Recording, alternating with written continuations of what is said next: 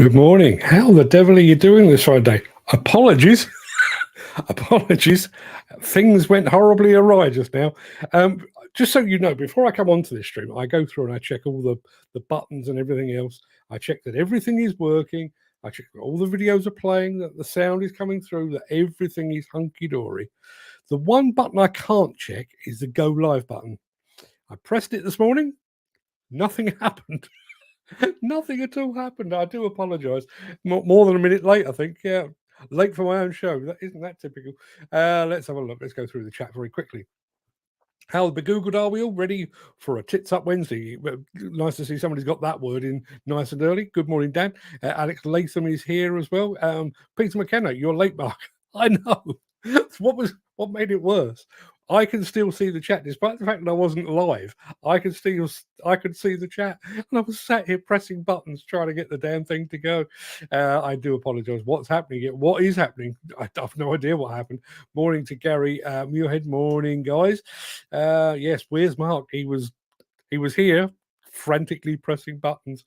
Let's have a look. Who else do we have here? Yeah, there's Peter McKenna. I think I've mentioned him. Ken Hatcher. Ken Hatcher's got the right. So have I. It was lovely and warm last night. Too warm to sleep. Woke up this morning, absolutely tipping it down here. Jim Turner, good morning to you, Jim. Thank you for being here. Did you sleep in, Mark? If only. If only. In actual fact, that's the rubbing salt in the wound. I was actually ready to start the show at about 9:30 this morning, and then couldn't. Yeah, it's all gone horribly wrong. Wondering what happened. So was I. Dan Cullen, you slept in. I promise I didn't. Ken. Guys, I apologise. Technology got the better of me. And good morning to Mark Whiting. Good morning to you, one and all. Thank you for being here, and thank you for your patience. I don't even know what to do when that happens. Look, very quickly, ahead of today's after-show discussion, I do have a quick question for you. Aside from the machine you're on, or the technology within it, how much has your job actually changed in the past, I don't know, 10, 15, 20 years? It's my contention that while equipment manufacturers have made huge strides in the adoption of technology, reduction of emissions and that kind of thing, a lot of demolition and construction systems and processes are exactly the same as they've always been. I'd love to get your take on that after the show. No rain here, says Dan Cullen, but lovely and cool. Yeah, I have to say it is a lot cooler today. I could actually wear a proper hat today. Mick Norton is here as well. Good morning to you, Mick. So yes, should we crack on? Bearing in mind I started about 2 minutes late. Ken Hatcher, I feel like we're going backwards. There's a bit of me that agrees with that, and I don't think it's the industry going backwards. I'll get to this at the end of the show.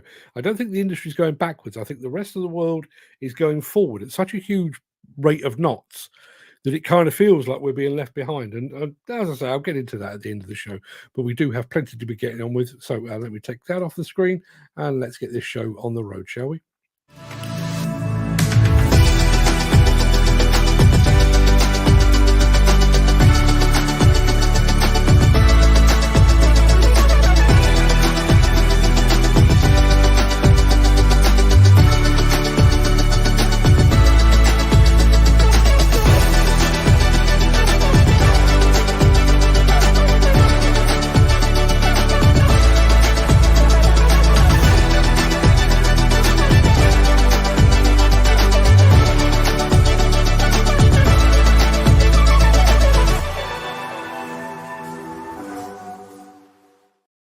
Yeah, Chris Ford says, if nothing's going wrong, you're not doing your job properly.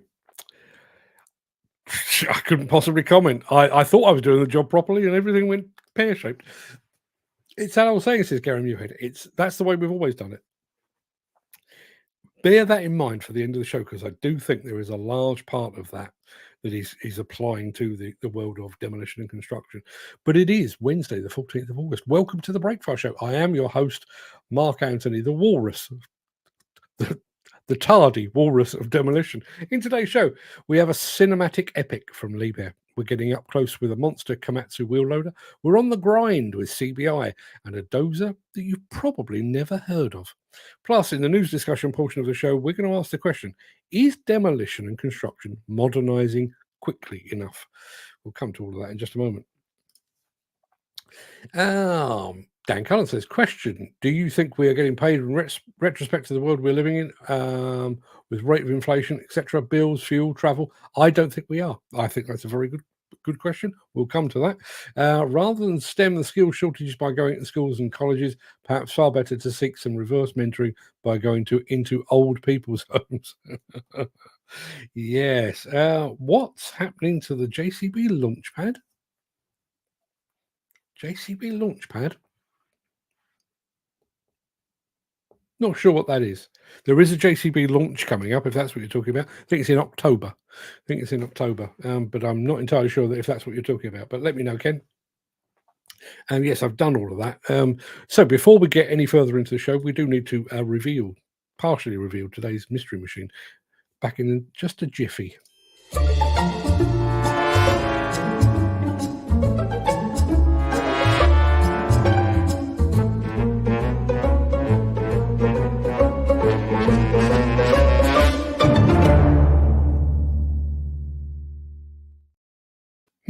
Jim Turner says helipad, he means. Is something happening? The JCB helipad? I hope they're not doing away with that. It's been a mainstay of that world headquarters for forever. Got a wedding present directly from there. Never been in a helicopter as a result, but yeah, I'd hate to see it go. It is, as I say, a real mainstay up there. So, mystery machine. Break out the magnifying glass, Chris, because it looks like that. That's what you're working with. I realise that's not a lot to go on with, but I'll tell you now, it's not a modern machine. It's in my lifetime, in my career. It's not a modern machine. If you've got anything on that, I'd love to hear from you. But while you're trying to figure that out, we do have the other thing that we do on a daily basis at the moment, and that is our Excavator World Cup.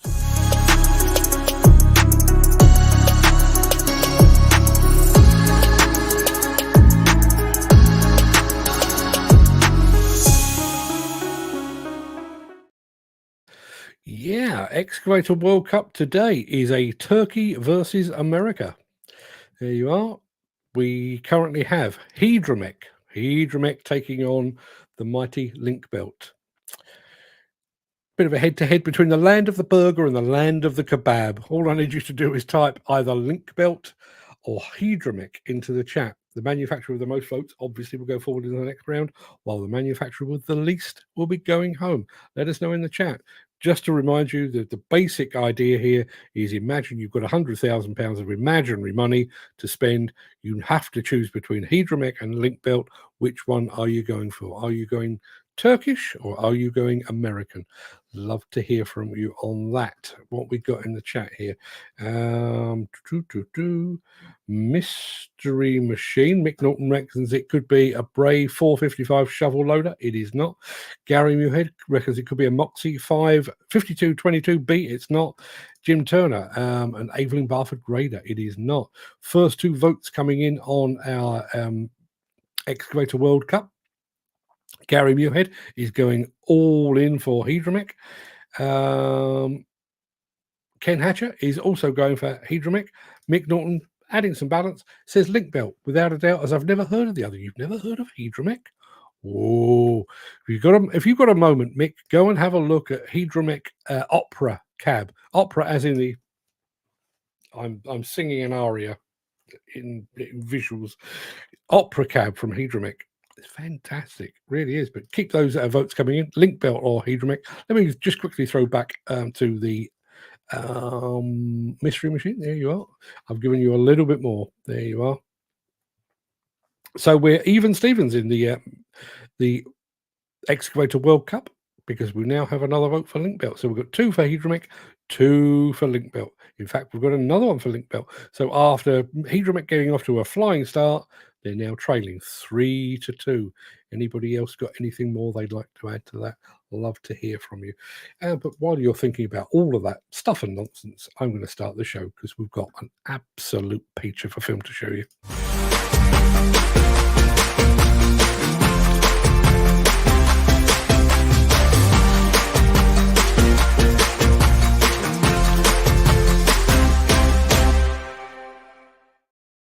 I'm not even going to try and introduce this. Let me just say it's Liebherr, and their films are as good as their machines.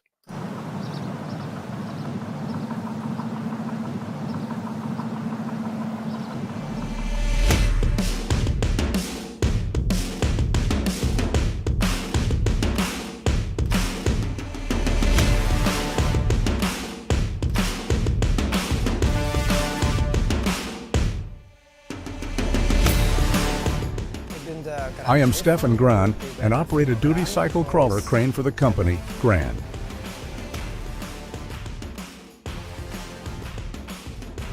The reason we decided in favor of a duty cycle crawler crane was quite clearly the flexibility.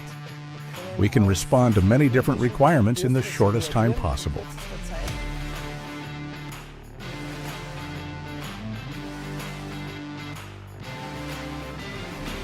I am Andreas Gran from the company Gran.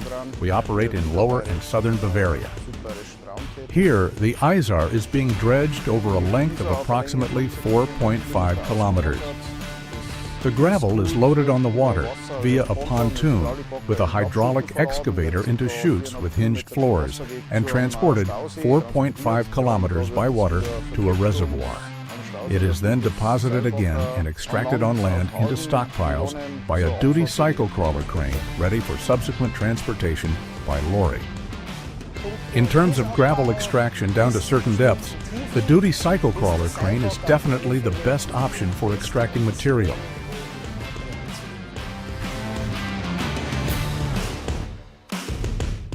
The project comprises about 150,000 cubic meters over a period of 6 months.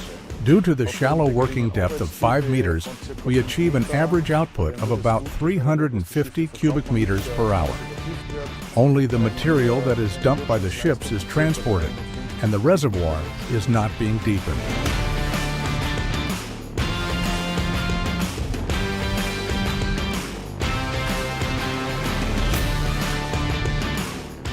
You should definitely give Liebherr a try, because the vast experience certainly pays off in practice, especially in the dragline field.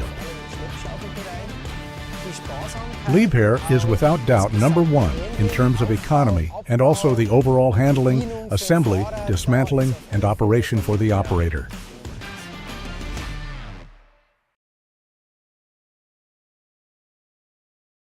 There's a tendency, I think, to kind of dismiss the dragline as yesterday's technology. But in the right application, if it works, it really does work. Going to go over to, I'm going to throw up the mystery machine again. There we are. That's what we've currently got. What have we got here? We've got Jim Turner reckons it could be a case track shovel, a 450. It is not. Gary Muirhead is going with a Bomag BW213. It is not one of those. Mick Norton explaining why he's voted for Link Belt as opposed to Hydromek. Link Belt has been around since 1906. No brainer, he says. Chris Ford reckons our mystery machine could be a Hydreamer 912. It isn't. Dan reckons it could be an international dozer. It is not. And Gary Muirhead reckons it could be a Ramax. Ramax, there's a name I haven't heard for a while. A 13-ton roller. It's none of those things. Let me show you just a smidgen more. There you are. Oh, is those some tracks? Are those some tracks? I think they are. I don't know if that helps at all, but that's what you're working with right now. Keep that thought in mind, because I'll be back with something pretty damn big in a second. If you are enjoying this episode, please consider supporting the show.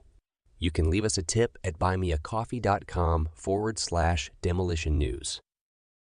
Yeah, as part of my lead into Mine Expo, which is but a month and a bit away, going to bring you something new from Komatsu, something big, something impressive, something wheel loader shaped like this.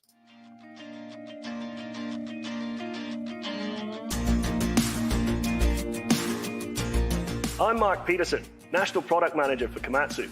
I'm thrilled to introduce you to Komatsu's latest electric wheel loader, the WE1850-3. Hi, I'm Mel Nielsen, National Aftermarket Product Manager for Komatsu. This highly productive, versatile loading tool has received several specialized updates as a result of over 30 years of electric wheel loader design history. Join us as we take you on a quick walk around. The WE1850-3 boasts the highest production rate with best-in-class payload, reduced hydraulic cycle time, and increased rim pull, making it a game changer in sustainable productivity. The fully regenerative switched reluctance hybrid drive system cuts the fuel consumption by up to 35% and sets a new standard for low CO2 emissions per tonne moved. The introduction of the kinetic energy storage system allows for increased productivity through faster cycle times without a proportional increase in fuel usage. The SR hybrid drive system harnesses and stores horsepower during braking and retarding, strategically deploying throughout the loading cycle. With around 60% fewer components relative to mechanical loaders and improved rear frame design, this loader offers up to 10% reduction in maintenance and repair costs. Coupled with its unparalleled fuel efficiency and productivity, it provides up to 15% total cost of ownership advantage with optimal utilization. The Link system allows for active machine health monitoring, including essential risk management tools, providing instantaneous feedback to the operator and easy-to-follow diagnosis for maintenance crews, reducing mean time to repair. The system can also be accessed remotely, assisting in the elimination of live work. We haven't overlooked operator comfort. The redesigned cab boasts best-in-class features, including an improved seat and control pod, seamlessly integrated HMI system, enhanced climate control, and sound reduction in cab. These ergonomic features work in conjunction to reduce operator fatigue, maximizing productivity. The WE1850-3 hybrid drive wheel loader elevates your operations productivity, sustainably delivering the power and efficiency you need at a lower cost per tonne. It's time to maximize your potential with Komatsu.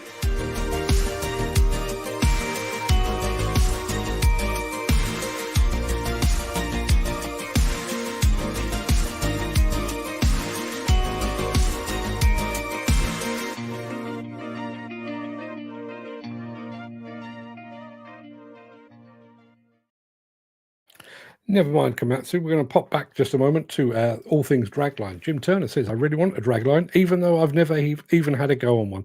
I can understand that. There is something about a dragline, isn't there? It's like an old cat dozer. There's just something kind of iconic about it. I fully understand where you're coming from. Mick Norton says, never dismiss the dragline. Therein lies a truly competent operator, a practical application lost to today's ticketed seat warmers. Yeah, I would imagine driving a dragline is one for somebody with a bit of talent, not me. As you've gathered this morning, I can't even drive a live stream. So going back to our mystery machine, we've got Dan Cullen reckons it could be a Terex dozer. He also reckons it could be a Muirhead Hill dozer. He reckons it could be a Fiat Alice FL20. You're not in the right direction, but you're headed there. Let me just put it like that. He also goes for the Terex 8020. It's not Chris Ford, the Acco Super Dozer.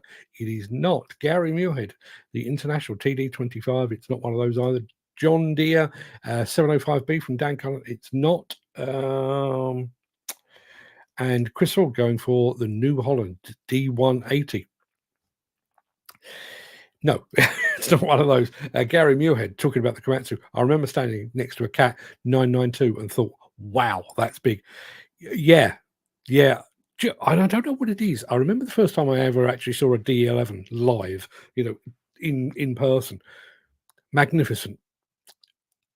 It seemed quite big, but then you see a Cat 992 or a 994 or something like that. It's like, bloody hell, that's enormous. I totally understand where you're coming from. Mick Norton says, I'll never forget witnessing an old Irish 64RB dragline operator who retrieved a football that had been kicked into the River Ouse when the A64 was being built. Poetry in motion. Fantastic stuff.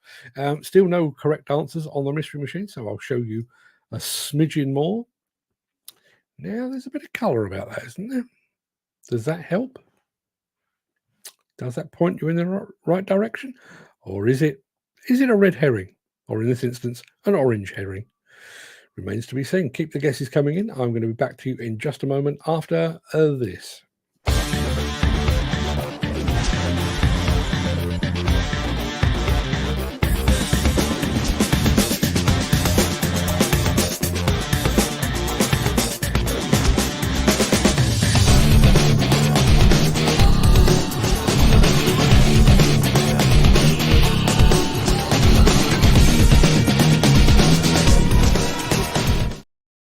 Let's say a very quick good morning to Joe Brown Construction Company, all the way from the mighty US of A. Good morning to you, my friend. And Justin Ruddy has just joined us on Instagram as well. Good morning, Justin.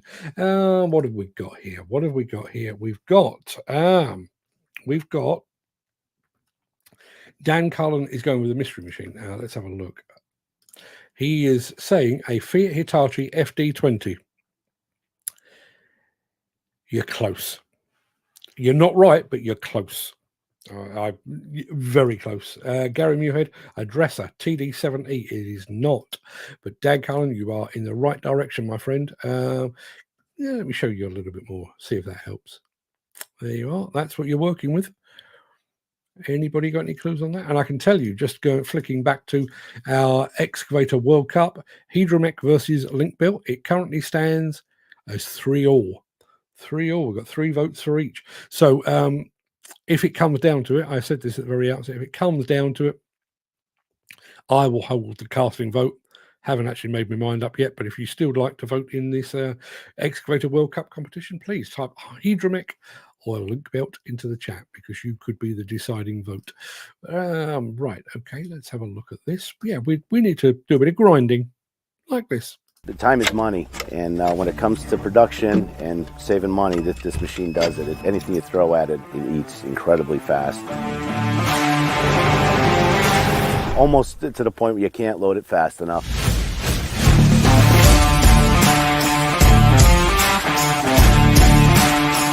Been running the 6800C now for about 2 years. Phenomenal machine. The production rates are just absolutely incredible that come off the belt. My name is Scott Andrews. I work for Ferris Mulch Products. I'm an equipment operator here. I run the grinders. The machine having the Cat 32 liter, I think it just separates it from all the rest. The amount of torque to push through mulch that's green and big wood, it just swallows it like it's nothing.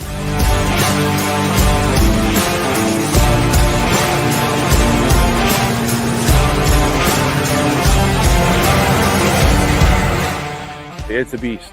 It eats material like no other machine I've ever ran. My name's Galen Rhodes. I work for Ferris Mulch Products, and I'm a heavy equipment operator here. Daily workflow would be anything from making compost out of leaves to grinding rough wood into primary material that would secondarily be turned into finish grind. The IntelliGrind system that CBI has come up with is incredibly helpful, especially when making finish grind. It makes the machine way more steady, way more consistent, and creates a better product. Once the machine's dialed in, it does everything on its own, just keeps eating. You can just keep loading.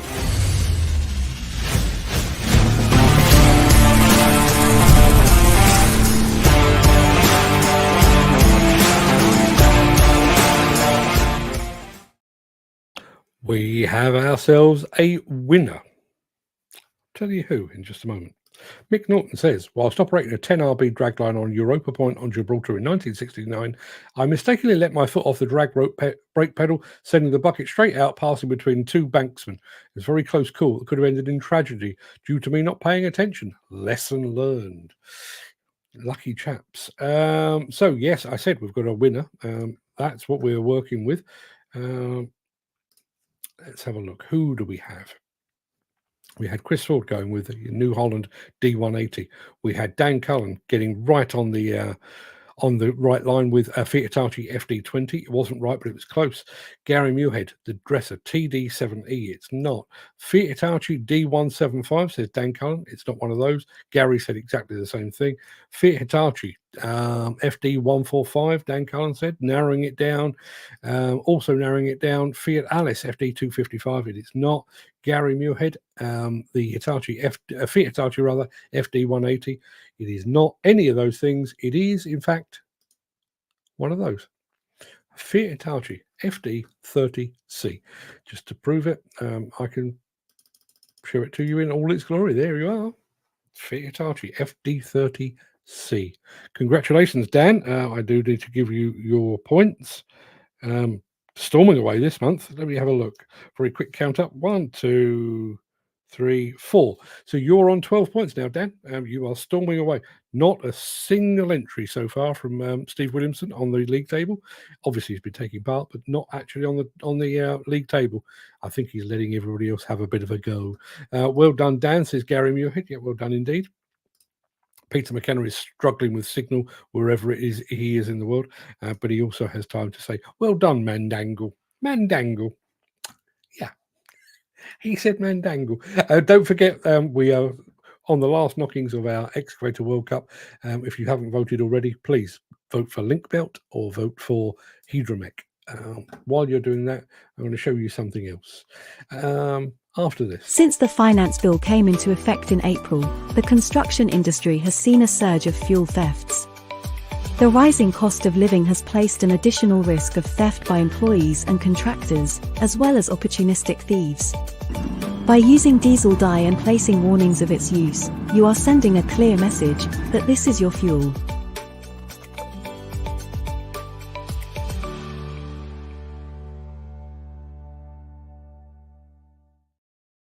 I'm about to show you a dozer. It's a dozer of a brand that I've never, ever even heard of.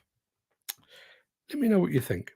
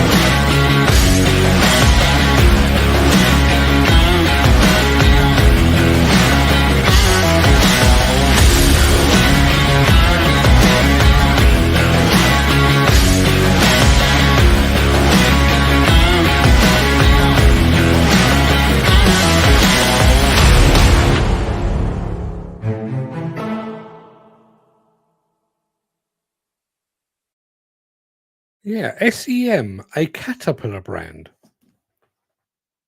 I don't know. So gonna hop over to the chat. Dan Cullen says, it looks the same as any other dozer, really. It does. I thought, having watched it the first time, I thought that looked a lot like a Cat, only without the elevated sprocket design, the high drive. Turns out it is a Caterpillar brand. What is Caterpillar doing? Is this something they're doing for overseas markets? Maybe the Chinese market, maybe the Indian market? I don't know. Perkins engine in that dozer, says Mick Norton. So tell me, what makes one dozer different to others? Well, beauty is in the eye of the beholder, and you pay your money, you take your choice. But certainly, if I was in the market for a dozer, Caterpillar would be one that I was looking for. A Cat brand with a Perkins engine. WTF, says Mick Norton. It is strange. As I say, I do wonder if it is for a specific market or a specific territory in the world, and therefore they are willing to bend the rules rather than putting their own engines in it. They're using Perkins. Maybe Perkins has a stronger presence wherever that thing is sold. Just found that on YouTube the other day. I thought, yeah, I'll bring that to you. Looks like a copy of something. I thought exactly the same. I think Dresser, the only dozer manufacturer thinking outside of the box. Is that Dresser rather than Dresser? There you are, Mike Wolf. Always handy to have Mike around the place. SEM is a Chinese-made Caterpillar brand for the Chinese market. I think they're sold in Southeast Asian countries. There you are. There you are. Cat must be losing their foothold. I don't believe that's the case at all. And Cat owns Perkins engines. Yes, they do indeed, don't they? Yeah, I probably should have remembered that. Mystery, not the mystery machine. We've already solved that. It all comes down to Dan Cullen. Oh, okay. It's not a copy. Caterpillar owns most of the stock in the business. Thanks, Mike. Thanks for your input. Thanks for knowing stuff. So the latest round of our Excavator World Cup Let me do that one more time. So the latest round of our Excavator World Cup competition pitted Link Belt from America against Hydromech from Turkey. But which brand came out on top? We put it to the public vote and they couldn't decide. So on this occasion, I'm going to have the casting vote. And I'm going to go with, based purely upon the quality of their cab, I'm going Hydromech. Yeah, I can tell you that today's winner is Hydromech. Hydromech goes forward to the second round, while sadly Link Belt leaves us empty-handed. Tomorrow's match will see Demolition take on Schaaf. Demolition versus Schaaf. So make sure you tune in and take part. It's time to have a chat, I think. So let me roll this, get myself prepped, and we'll do that.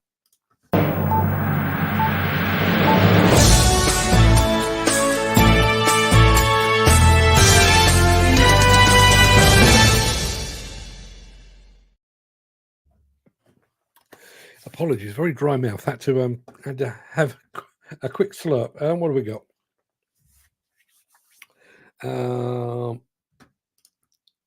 No, what is that? The fact that I chose Hydromech over Link Belt. I do apologise, Dan. As I say, it's purely down to the cab, nothing more than that. Sorry, Link Belt, if you're watching, I do apologise. Right, today's chat. It's funny, isn't it? When you think about how far we've come, how much the world has changed in a few short decades. Absolutely mind-blowing. Take a look around. We live in a world where the entire sum of human knowledge is accessible at the tap of a screen. We can communicate with anyone, anywhere, in real time, instantly. We've created virtual spaces where people can share their lives, their thoughts, their ideas, and their creativity with millions of others, all without leaving the comfort of their homes. The internet, mobile communication, social media have all fundamentally reshaped the way we live, work, and interact. 30 years ago, the idea of carrying a phone in your pocket, more powerful than the computers used to send man to the moon, was science fiction. Today, it's not just a reality, it's the baseline. If you don't have a smartphone today, you're kind of considered out of touch, a relic of a bygone age. Our lives have been transformed by this digital revolution. Industries have been disrupted, economies have been reshaped, and entire new sectors have emerged from nowhere. The way we consume information, the way we shop, the way we entertain ourselves, none of it is as it was. I mean, think about it from my side of the business, from the media side. Think about how we used to get our news. You'd have to wait for the morning paper or maybe catch the evening news on television. Now it's a constant stream, a barrage of headlines and updates 24/7 straight into your eyeballs via a device. In the blink of an eye, we've gone from a world where information was scarce and precious to one where it's overwhelming and omnipresent. You'd think with all this change, with all this progress, that every aspect of our lives would have evolved at the same breakneck pace. But that's where the paradox lies. Because while so much has changed, there are still some things that haven't, things that perhaps should have. Let me paint you a picture. Imagine a construction site. What do you see? A group of workers, piles of bricks, steel beams, concrete mixers. If you were to travel back in time, say 50 or 60 years, that scene wouldn't look at all different. Wouldn't look at all different at all. Sure, there have been some advancements. Machines are more powerful, materials are more advanced, safety standards are stricter. But at its core, the process of constructing a building is largely the same as it's been for generations. We're still stacking bricks, pouring concrete, assembling structures piece by piece, just like we did 50 years, a century ago. It's as if let me try that again. It's as if part of the demolition and construction industry is suspended in time, immune to the rapid evolution that swept through nearly every other aspect of modern life. While we're flying drones, developing AI, and exploring potential of quantum computing, we're still building our homes, our offices, and our skyscrapers, much like our ancestors did. I really do need to learn to read. The digital revolution has only just begun to touch the edges of the world, with innovations like 3D printing, modular construction, and smart materials promising to reshape it. But these changes are really slow, incremental, often resisted by an industry deeply rooted in tradition. So why is that? Why is it that construction has remained so steadfastly resistant to change? Maybe it's because building is such a fundamental human activity, something that reaches back to our very beginnings. There's a certain pride, a certain satisfaction in creating something tangible, something you can touch, something that will stand the test of time. The tools may have evolved, but the essence of construction, of crafting something from nothing, of turning raw materials into shelter, into infrastructure, has remained constant. And maybe that's not such a bad thing. In a world that's changing so fast, it can be hard to keep up. There's something comforting about the stability of the construction industry. It's a reminder that some things are eternal, that progress doesn't always mean leaving everything behind. The methods we use to build may be old, but they're proven, reliable, and in many ways deeply human. Yet, at the same time, I can't help but wonder if we're missing out. If the same innovation and creativity that's revolutionized other industries could be harnessed in construction, what might we achieve?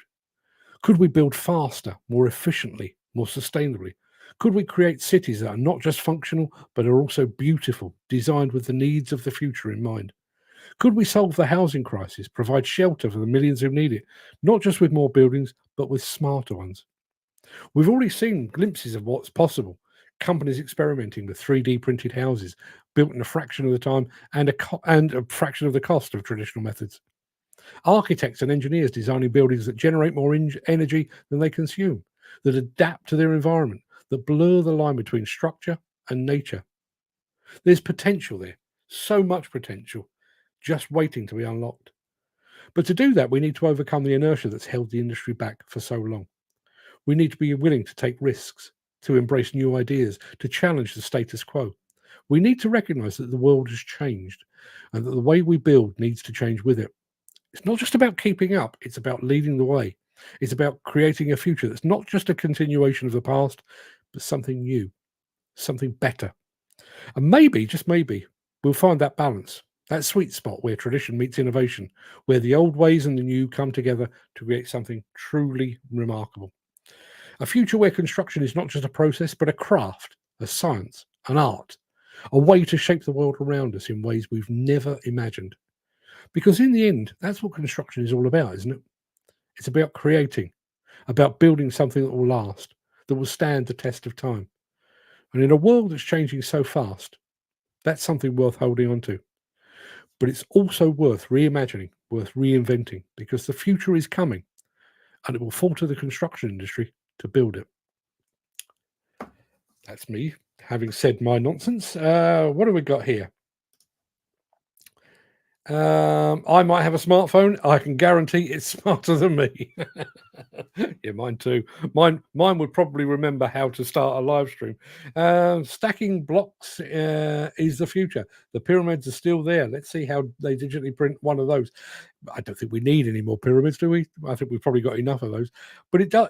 As I said, when you think about the world, I mean, look at me. Not me, but look at this. I am beaming a chat about demolition and construction equipment around the world from a back bedroom. But back in when I first started, and if Mike Wolf is still here, he was exactly the same. We were sat there with manual typewriters, two fingers, typing our news. It would go off to a typesetter that would turn it into print. The print would come out. It would be sent to a bunch of people in paper form. And it would, I mean, I was on Contract Journal, Mike Wolf was on Construction News, both weekly titles. So if you wanted to keep your finger on the pulse of the construction industry, you had to wait a week, 7 days for Mike or myself or our colleagues to pull our finger out and write some words that might keep you entertained and updated. Not now.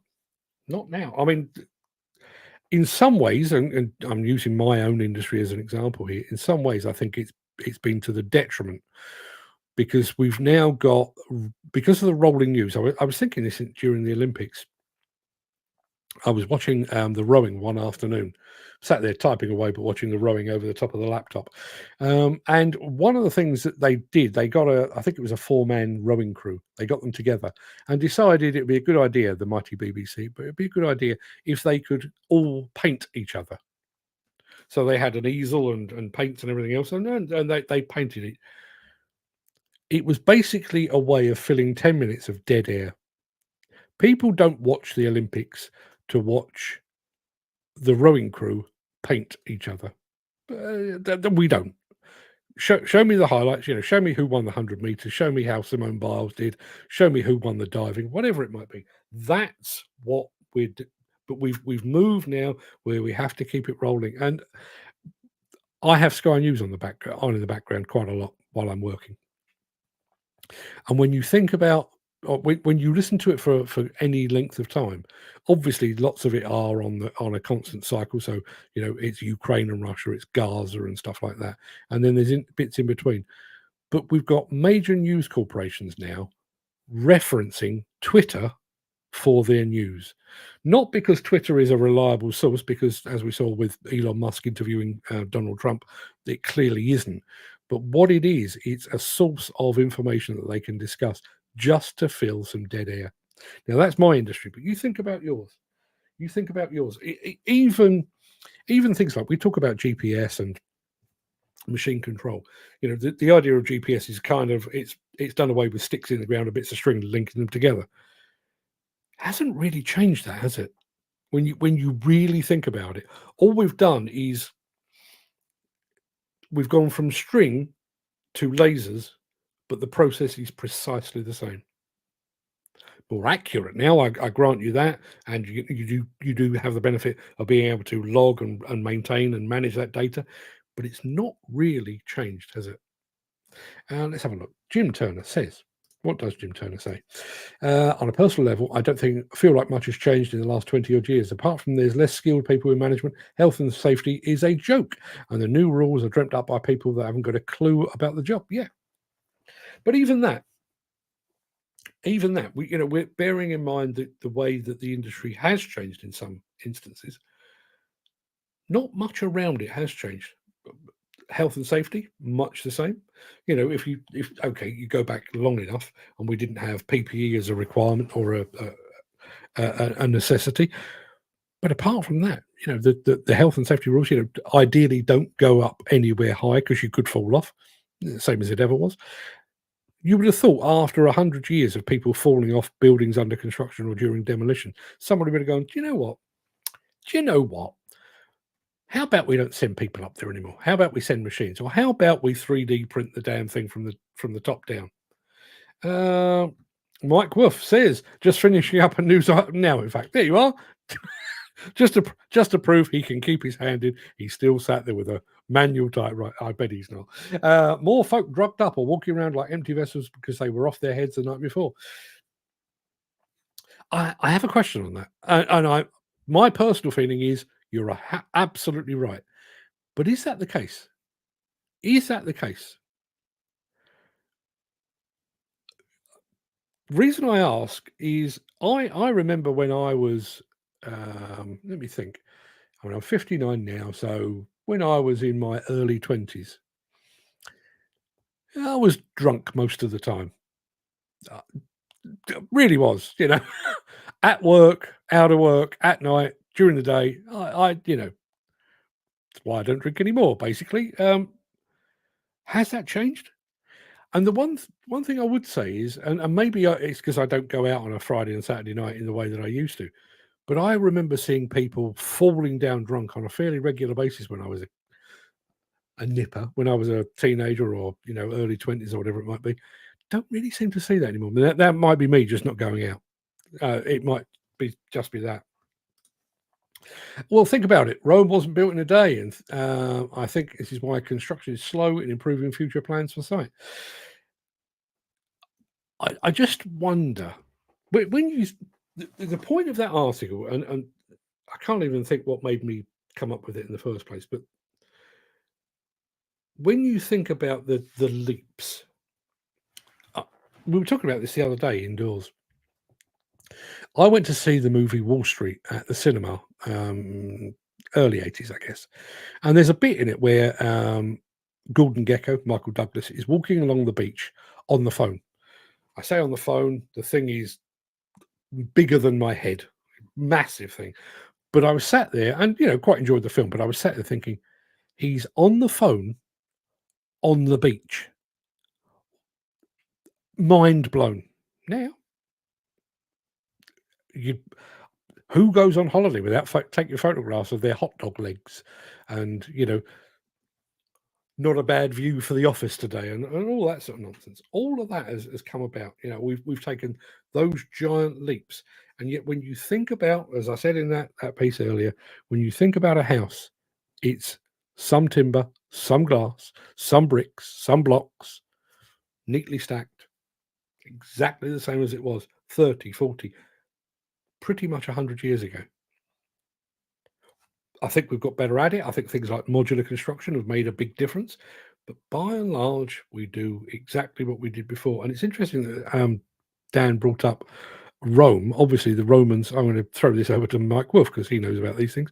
When you think about the Romans, you often think about roads dead straight in one direction and all that sort of thing. When you really, really get down to the nitty gritty, I think we've had some advances in materials, which Mike knows more about than I do, and about compaction. But that idea of layers of material to build a road, to go over swampland or whatever it might be, and to make it flat and straight and even and everything else, exactly the same as it is today. Exactly the same as it is today. Kiss my arse or keep it simple. Make your aspirations realistic, spontaneous, and exciting, he says. That's because of people drinking more at home and getting off their tits. No worries on fights falling over, etc. Yeah, maybe the drinking that is affecting the performance of people on site is actually taking place in the comfort of their homes, and therefore I'm definitely not seeing it. As I say, I mean, I lead a fairly sheltered life, so I don't get to see these sort of things anyway. But yeah, when you think about it, I mean, even things like the size and shape of houses. Somebody somewhere in the dim and distant past decided that houses were, let me do it that way, like that with a roof on top. Yeah, okay. Is that the best way? Now we know what we know. Is that the best way? I understand the idea of a pitch roof, letting rain and snow fall off and stuff like that. But is that really the best way? Could we come up with something that we could 3D print, perhaps? Well, whatever did the Romans do for us, apart from build good roads that we still use? And so no, nobody expects the Spanish Inquisition. Romans had slaves, and that makes construction quicker and easier. Well, going back to the point that Dan Cullen was talking about earlier, with wages not moving in line with inflation, have we moved on from that very much? Have we? And there's another point. Listen, I'm all for employment within construction. According to the CITB, we're going to need another 250,000 construction workers by 2028. I hope they find them. I hope somebody finds them. I hope we end up, with a fully employed, fully carded, fully competent workforce. But when you think about other industry sectors, where you think about manufacturing is largely done by robots, machines, AI, and that kind of thing. You think about my business, but when I used to write an article, my article would go from me to a sub-editor, sometimes to an editor if I was getting a bit contentious. It would then go to our design people in the office. It would then be sent to the typesetters to the printers to the distribution to the reader. I think at its height, Contract Journal employed about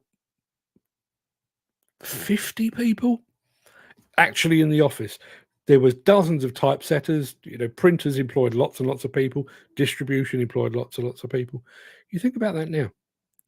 I mean, I don't even bother to type half the time anymore. I just turn up, tell you the news, tell you what's happening. Imagine all those jobs. And as I say, I will reiterate, I don't want anyone to lose their job. But when you think about the way that technology has impacted employment within my line of work and within various others, as I say, manufacturing is being one of them. And yet construction, you go onto a construction site, still half a dozen, 100 men, women doing their thing. Is that because that's the only way? Is that because it's the best way? Or is it because the industry has not taken that big step backwards and gone, I know that's how we've always done it, which goes back to what Gary Muirhead said earlier. That's how we've always done it. But is there a better way? Is there a better way? I wonder if we're doing that to the same degree. Just on a similar, I will get to Mick Norton's comment in just a second.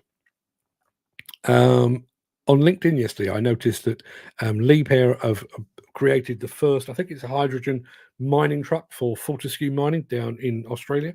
I'm hoping it's going to be at the Mine Expo show, fingers crossed. But yes, they've created that. Now, that was a collaboration. That was a collaboration between Liebherr, and it was a collaboration with Fortescue. So Fortescue at one end saying, we want to be basically a zero emission mine, and Liebherr saying, we want to provide zero emission equipment. The two of them got together, had a long old chat, and the result is a fantastic looking truck.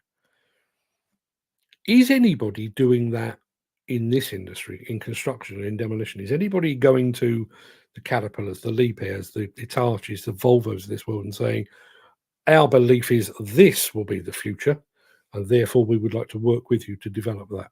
I don't get the impression that is the case. Mick Norton says, when you look at what our Victorian engineers achieved without the internet, methinks we've hardly moved at all. Yeah. I mean, let's face it. We talked about this a couple of days ago, week ago or thereabouts. When you think about what the Victorians did do, and I think I was speaking at the time about the London Underground. You know, it was built while most of London was still moving about by horse and cart. So they didn't have sort of the fancy tunnel boring machines that we've got now on things like Crossrail. It was basically a bunch of guys with shovels and pickaxes, and they were underground and they dug it out pretty much by hand. They had no laser guidance, so I don't even know how they made sure that the bloody tunnels lined up, but they did, and we're still using them today. And yet, with all that we've got now, if anything, we've slowed down. We've slowed down.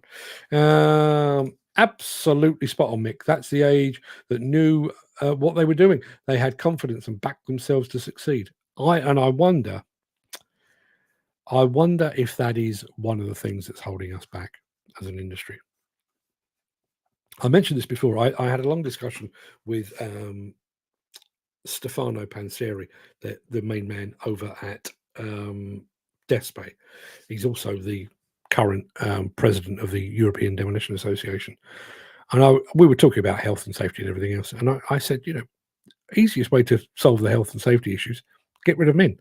Take men, put them in an office somewhere, do top down by remote control or AI or whatever it might be.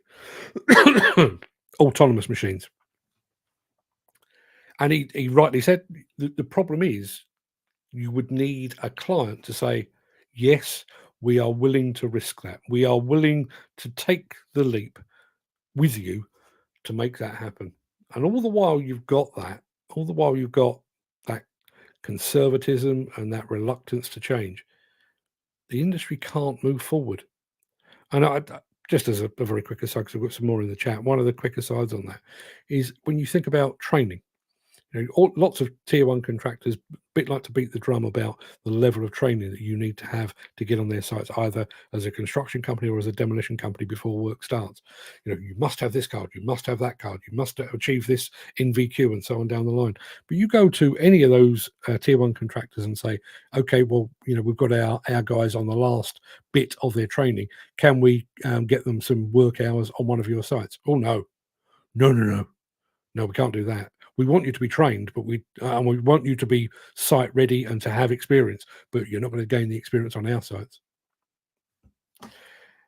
Is it just me, says Chris Ford? I bet it's not. Is it just me? But why people demand that we apologise for the slave trade? We're going off on a tangent here. I've never seen the Italian apologise for what the Romans did, nor the Greeks or anyone else for that matter.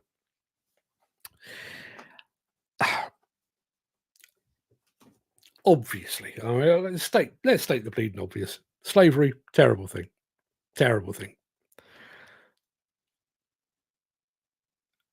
What difference does it make if we apologise now?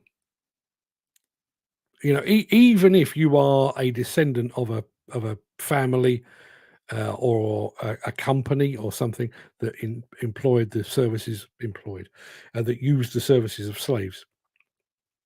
250 years ago. What actual difference does your apology make today? I honestly don't know. I really don't know. Mike Wolf says, a few manufacturers, JCB, Liebherr, Volvo, are doing quite a bit of development on hydrogen machines. They are. The point I was making there with the Liebherr thing was the fact that on the mining side of things, Liebherr and Fortescue, and I know Caterpillar are doing something similar with, is it Rio Tinto or somebody like that, BHP, somebody like that, that they have basically got themselves together. They've created, it's not an official joint venture, but you know, in the case of Fortescue, they've made their target zero emission mining. How do we go about it? Well, we need to make sure that our mining equipment is zero emissions as well. Who do we want to deal with? We want to deal with Liebherr. Liebherr, this is what we need, and we will share our knowledge of what is required if you share your knowledge of how you could do it. And the two of them have come together, worked together for the past, whatever it is, 18 months, 2 years, and they've come up with an astonishing looking truck. I am not aware of anything even remotely like that in construction. Even as Mike rightly says, yes, JCB, Liebherr, Volvo, Hyundai are all developing hydrogen machines, but I get the impression that they're being developed in isolation. They're being developed by the manufacturers, not in conjunction with the industry. And as we stand here today, even if JCB, Liebherr, Volvo, Hyundai, and Uncle Tom Company and all stood up and said, our hydrogen machines are ready, you can buy them as of 3:00 this afternoon. Is anyone going to? Where are you going to get your fuel? How much is your fuel going to cost? You know, what are the health and safety and the training implications of all of that? So I think the in this instance, the manufacturers are 1, 2, 3 steps ahead of the industry as a whole. We look back at old feats of construction engineering with awe, but long forgotten are the financial costs and strifes. Yeah, I'm sure that is the case. But, you know, whatever the London Underground cost, it's running 150 years later. And I bet it was a fraction of the cost of, you know, even if you could allow for inflation and the passage of time, I bet it's a fraction of what we've spunked up the wall with HS2. Mick Norton says, my great-grandfather was a ganger on the construction of the fourth rail bridge in the 1880s. No CS card, just a fierce right fist. Yeah. Fourth road bridge. Still stood there.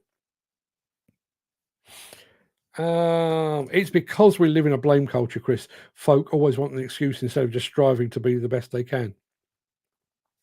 Yeah, listen. I'm not going to get into the politics of slavery and all of that kind of stuff. It's not my comfort zone, not my area of expertise. But would we not be better, rather than apologising for something that over which we had no control that happened 250 years ago? Would we not be better off pushing forward today? You know, if that means investing in trying to think of a political way of saying it, but I can't. So let me, you know, should we not be pushing, rather than apologising for what the Brits did to black folk in the 1800s or 1700s?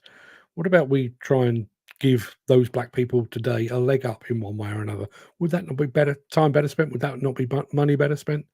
You know, rather than us and quite possibly those that are descended from slaves kind of hanging on, clinging on to that very, very troubled and awful past, would we not be better off creating a better future?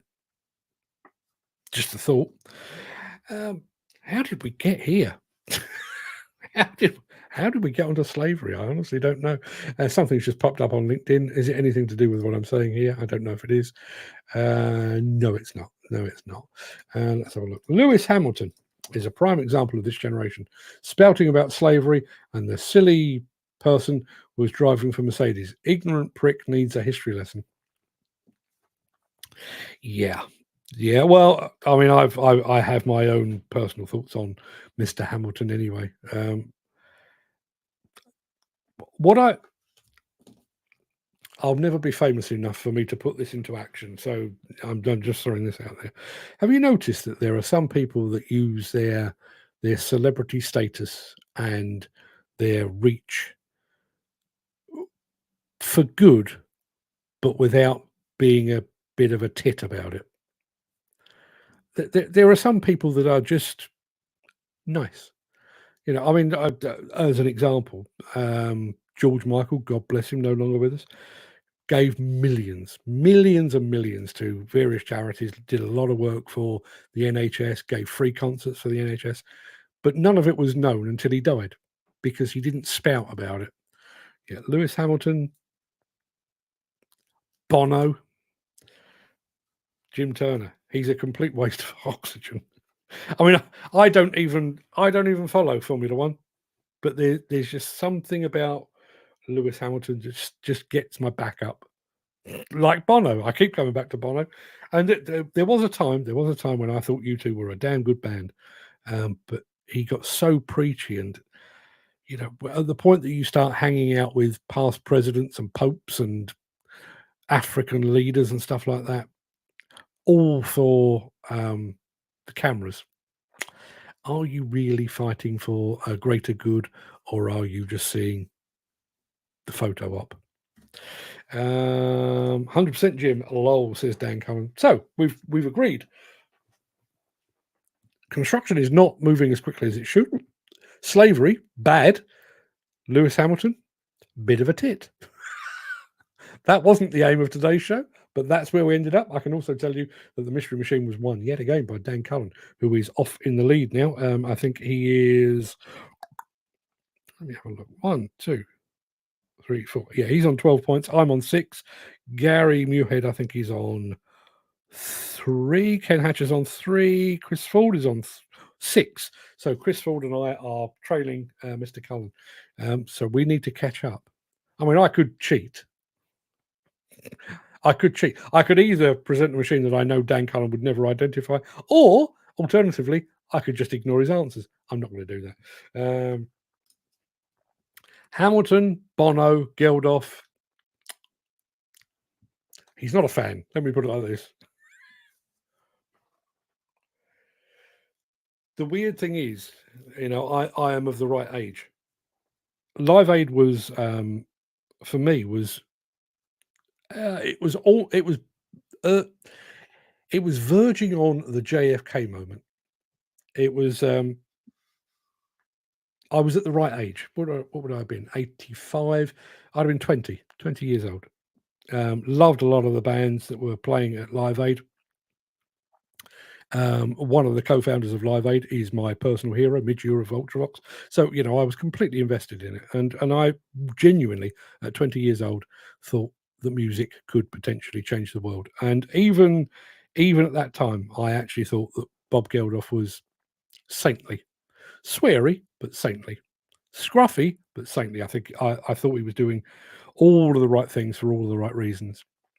Passage of time has made me reconsider that. Still think Midge is a bit of a star. Not so sure about Mr. Geldof anymore. Have a fantastic day, guys.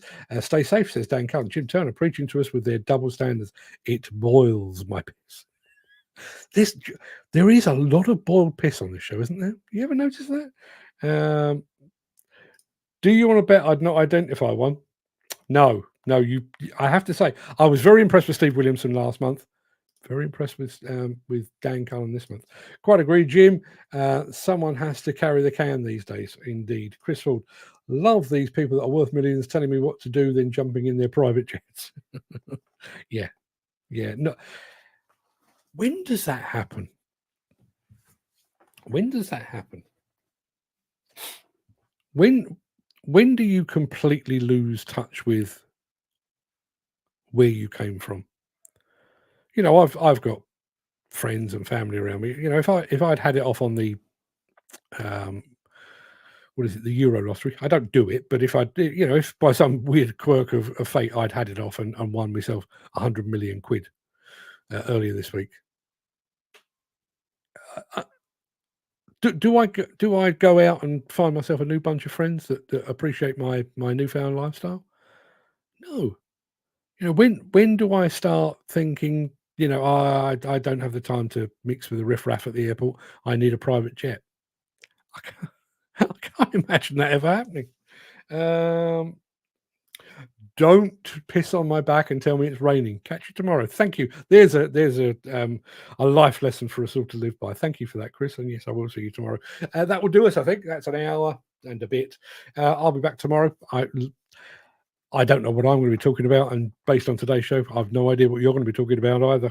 But that's part of the fun, isn't it? I promise to be on time tomorrow. I don't know how I'm going to pre-test the go live button, but I'll find a way. Don't worry. I'll be here on time, 10 o'clock tomorrow, for more of the same. Till then, everybody, have a fabulous day. And if anyone bumps into Lewis Hamilton, do send him my best regards, would you? Thank you. See you tomorrow.